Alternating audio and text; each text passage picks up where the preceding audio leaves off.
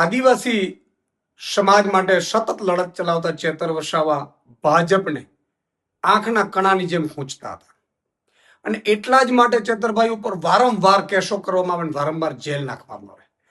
તમે જુઓ, એક દિવસ એવું બને છે કે વન કર્મચારીઓ આદિવાસી સમાજની જમીનમાં જઈને રાત્રે 2 વાગે ઊભો પાક વાઢી નાખે છે. સ્થાનિક ધારાસભ્ય તરીકે ચેતરભાઈ વસાવા પાસે રાવ જાય છે.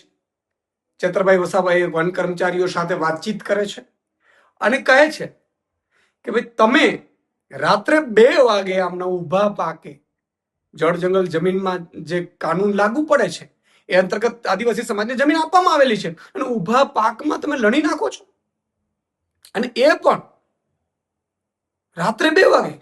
એવું તો શું જરૂર પડી? અને ચેતરભાઈ વસાવા વન કર્મચારીઓને આદિવાસી સમાજ જે આગેવાન છે, જે ખેતર માલિક છે, એમની વચ્ચે સમાધાન કરાવે છે અને સમાધાન કરાવ્યા પછી નક્કી થયું કે ભાઈ આટલી રકમ ચૂકવવાની છે. અને સમાધાન થઈ ગયા પછી ભાજપ વાળાને ત્યાં મેસેજ પહોંચે છે કે વન કર્મચારીઓની સામે ચેતર વસાવા છે એ બોલાવીને ધમકાવ્યા.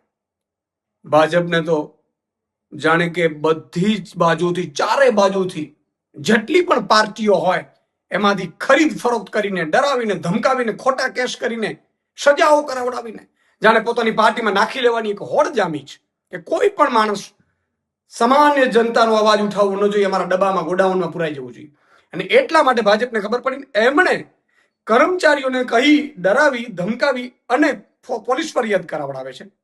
અને એ મામલામાં ચેતર વસાવા જેલ પણ જઈ આવ્યા અને ફરીથી ડે ટુ ડે કેસ ચલાવીને આજે ચેતર વસાવા ઉપર ભાજપ વાળાએ 7 વર્ષની સજા કરાવડાવી છે.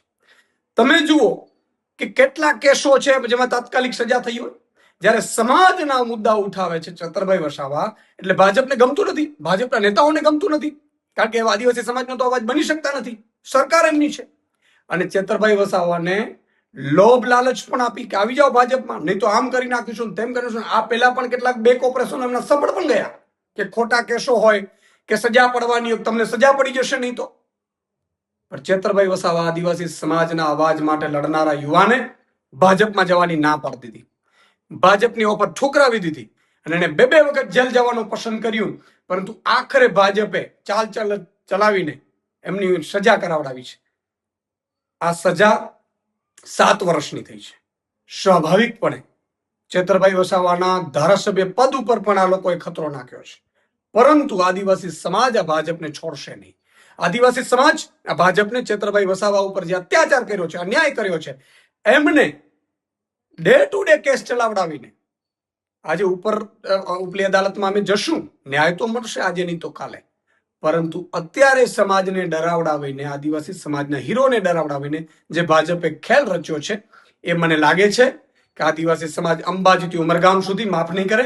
અને બીજું કાકા, ગુજરાતની જનતા છે ચેતરભાઈ વસાવા સાથે છે, એમના એક નાગરિક સાથે, એમના પૂરા પરિવારને, એમના સંબંધીઓને પણ જેલમાં નાખવડાવી દીધા 7 વર્ષની જેલની સજામાં. શું વાત છે!